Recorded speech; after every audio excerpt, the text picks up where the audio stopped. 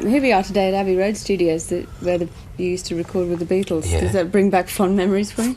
Yeah, well, I've recorded here quite a lot anyway, even without the Beatles, so... but it's like one of the favourite studios, this. This is where I made my first record with the Beatles. Terrified out my mind down there. One countdown viewer, a young viewer, wanted to know if the other Beatles were still alive.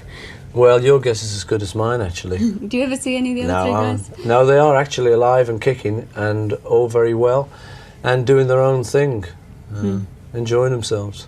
Does the media campaign to get the Beatles to reunite annoy you? Yeah, a bit, you know, but there's nothing you can do about it, so I don't get really annoyed.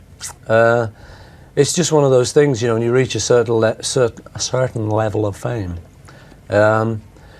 Like with the Beatles, you know, once we split up, there were just a lot of people offering a lot of money and saying, we'll get back together for me then. But the trouble is that if you were even going to consider doing something like that, you'd have to have a really great enthusiasm within the group, because, you know, you can't just start things just for some money and go and do it. Not a thing like that, anyway.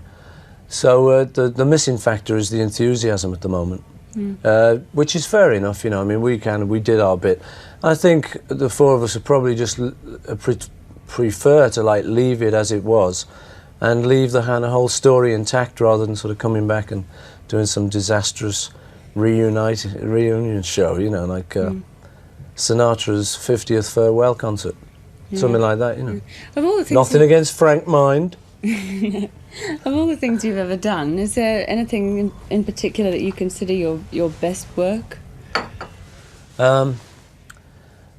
I don't know. I don't kind of think in those terms. I think it's people like who analyse the music scene, think in terms of that, what was his best one.